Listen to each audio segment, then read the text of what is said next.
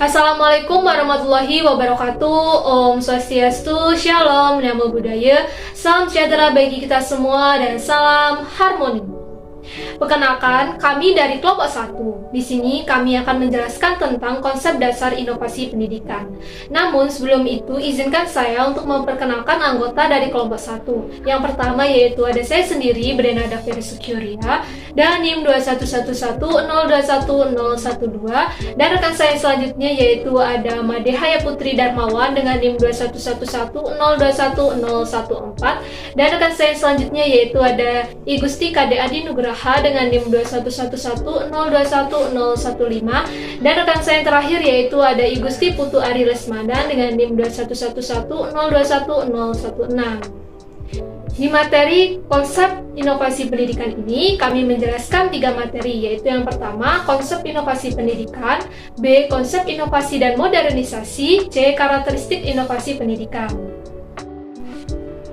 Materi yang pertama yaitu pengertian inovasi. Inovasi dalam Kamus Besar Bahasa Indonesia diartikan sebagai pemasukan satu pengenalan hal-hal baru atau penemuan baru yang meliputi gagasan, metode, atau alat. Sedangkan inovasi pendidikan sendiri adalah inovasi untuk memecahkan masalah dalam dunia pendidikan yang mencakup hal-hal yang berhubungan dengan komponen sistem pendidikan, baik dalam arti yang sempit yaitu tingkat lembaga atau dalam arti yang luas yaitu sistem pendidikan nasional.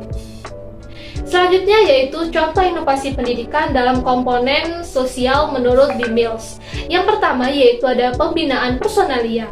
Yang kedua yaitu banyak personal dan wilayah kerja. Yang ketiga yaitu fasilitas fisik. Yang keempat yaitu penggunaan waktu. Yang kelima yaitu perumusan tujuan. Yang keenam yaitu prosedur. Yang ketujuh yaitu peran yang diperlukan. Kedelapan yaitu wawasan dan perasaan, ke-9 yaitu bentuk hubungan kerja, 10 yaitu hubungan dengan sistem lain, dan yang ke-11 adalah strategi. Untuk materi yang selanjutnya yaitu akan dibawakan oleh rekan saya. Terima kasih. Baik, saya akan melanjutkan materi yang kedua, yaitu inovasi dan modernisasi. Istilah modern mempunyai berbagai macam arti dan juga mengandung berbagai macam tambahan arti.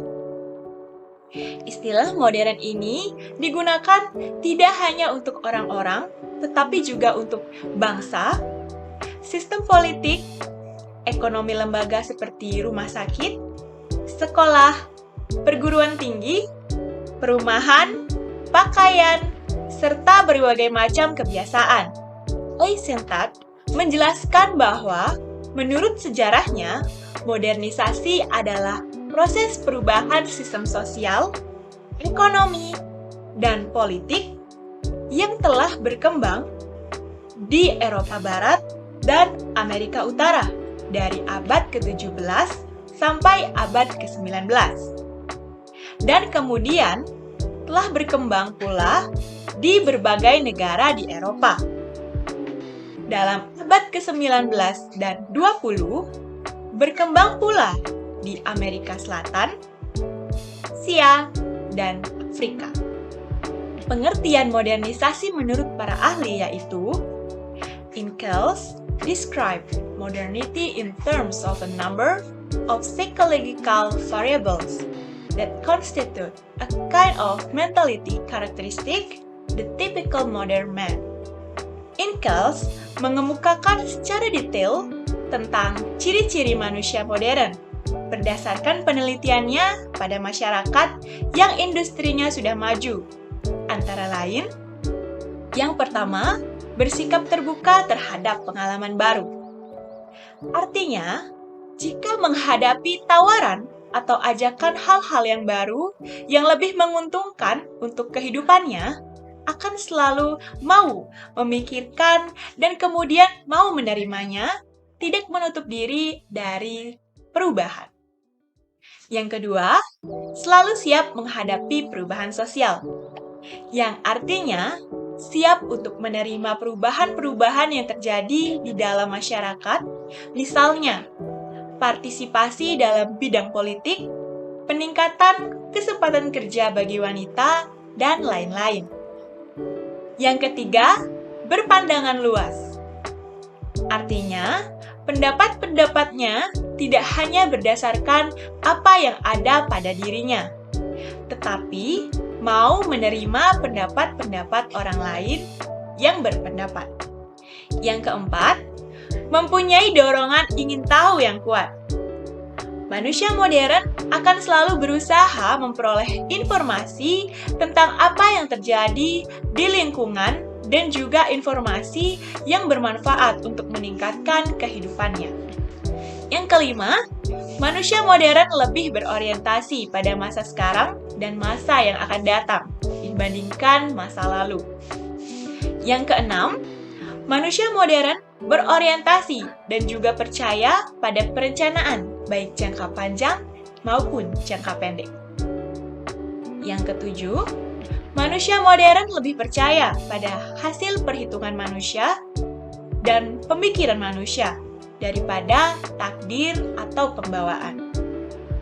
Yang kedelapan, manusia modern menghargai keterampilan teknik dan juga menggunakannya sebagai dasar pemberian imbalan. Yang kesembilan, wawasan pendidikan dan pekerjaan. Manusia modern memiliki wawasan yang lebih maju tentang pendidikan dan pekerjaan. Pendidikan di sekolah formal lebih ditekankan untuk menguasai keterampilan membaca, menulis, dan berhitung daripada untuk melaksanakan pendidikan agama atau moral. Karena ilmu pendidikan dan teknologi yang akan dipakai untuk memecahkan masalah kehidupan. Yang kesepuluh, manusia modern menyadari dan menghargai kemuliaan orang lain, terutama orang yang lebih lemah, seperti wanita, anak-anak, dan bawahannya. Yang terakhir, memahami perlunya produksi. Manusia modern dalam mengambil keputusan akan mempertimbangkan juga sejauh mana dampak terhadap hasil produksi untuk suatu industri. Baik, sekian penjelasan dari saya. Untuk materi selanjutnya akan dijelaskan oleh rekan saya. Baik, terima kasih. Karakteristik inovasi pendidikan oleh Everett M. Rogers, 1993, mengemukakan karakteristik inovasi yang dapat mempengaruhi cepat atau lambatnya penerimaan inovasi adalah sebagai berikut. Yang pertama, keuntungan relatif, yaitu sejauh mana inovasi dapat dianggap menguntungkan bagi penerimanya. Yang kedua, compatible atau compatibility, yang merupakan tingkat kesesuaian inovasi dengan nilai values, pengalaman lalu, dan kebutuhan dari penerima. Yang ketiga, kompleksitas atau complexity, yang merupakan tingkat kesukaran untuk memahami dan menggunakan inovasi bagi penerima. Suatu inovasi yang mudah dimengerti dan digunakan oleh penerima akan cepat tersebar. Berikutnya, yang keempat, triabilitas atau triability, dapat dicoba atau setidaknya suatu inovasi oleh penerima. Suatu inovasi yang dicoba akan cepat diterima oleh masyarakat daripada inovasi yang tidak dapat dicoba terlebih dahulu. Berikutnya, yang kelima, dapat diamati atau observability. Mudah tidaknya diamati suatu inovasi yang hasilnya mudah diamati dan makin cepat diterima oleh masyarakat. Dan sebaliknya, inovasi yang sukar diamati hasilnya akan lama diterima oleh masyarakat. Berikutnya ada atribut inovasi yang dikemukakan oleh Saltman sebagai berikut. Yang pertama adalah pembiayaan atau cost. Cepat lambatnya penerimaan inovasi dipengaruhi oleh pembiayaan, baik pembiayaan pada awal penggunaan maupun pembiayaan untuk pembinaan selanjutnya. Yang kedua, balik modal atau return of investment. Atribut ini hanya ada dalam inovasi di bidang perusahaan atau industri. Artinya suatu inovasi akan dapat dilaksanakan kalau hasilnya dapat dilihat sesuai dengan modal yang telah dikeluarkan, yang berarti perusahaan tidak merugi. Yang ketiga ada efisiensi. Inovasi akan cepat diterima jika ternyata pelaksanaan dapat menghemat waktu dan juga terhindar dari berbagai masalah atau hambatan. Yang keempat ada risiko dan ketidakpastian. Inovasi akan cepat diterima jika mengandung risiko yang sekecil-kecilnya bagi penerima inovasi. Berikutnya, yang kelima, mudah dikomunikasikan. Inovasi akan cepat diterima bila isinya mudah dikomunikasikan dan mudah diterima oleh klien. Yang keenam, kompatibilitas. Cepat lambatnya penerimaan inovasi tergantung dari kesesuaiannya dengan nilai-nilai value dalam masyarakat. Yang ketujuh, ada kompleksitas. Inovasi yang dapat dengan mudah digunakan oleh penerima akan cepat tersebar dengan cepat. Yang kedelapan ada status ilmiah, yaitu suatu inovasi yang mudah dimengerti dan mudah digunakan oleh penerima akan cepat tersebar, sedangkan inovasi yang sukar dimengerti atau sukar digunakan oleh penerima akan lambat proses penyebarannya. Berikutnya, yang ke-9 ada kadar keaslian. Warga masyarakat dapat menerima inovasi apabila dirasakan itu hal yang baru bagi mereka. Yang ke-10, dapat dilihat kemanfaatannya. Suatu inovasi yang hasilnya mudah diamati akan makin cepat diterima oleh masyarakat sekitar. Dan sebaliknya, inovasi yang sukar diamati hasilnya akan lama diterima oleh masyarakat. Yang ke-11, ada dapat dilihat batas sebelumnya. Suatu inovasi akan semakin cepat diterima jika dapat dilihat batas sebelumnya. Yang ke-12, keterlibatan dalam sasaran perubahan. Inovasi dapat dengan mudah diterima apabila warga masyarakat ikut sertakan dalam setiap proses yang dijalani. Berikutnya, yang ke-13, hubungan interpersonal. Maka jika hubungan interpersonal baik dapat mempengaruhi temannya untuk menerima inovasi. Dalam hubungan yang baik, maka orang yang menentang akan menjadi bersikap lunak. Yang simpati akan menjadi tertarik dan orang yang tertarik akan menerima inovasi. Yang ke-14, kepentingan umum atau pribadi. Inovasi bermanfaat bagi kepentingan umum akan lebih cepat diterima daripada inovasi yang hanya ditunjukkan pada kepentingan pribadi ataupun sekelompok orang saja. Yang terakhir, penyuluh inovasi atau gatekeepers. Untuk melancarkan hubungan dalam usaha, mengenalkan suatu inovasi kepada organisasi, sampai organisasi mau menerima inovasi, diperlukan orang yang dianggap jadi penyuluh inovasi. Misalnya untuk program KB, maka diperlukan orang-orang yang bertugas mendatangi warga masyarakat untuk menjelaskan perlunya melaksanakan program KB.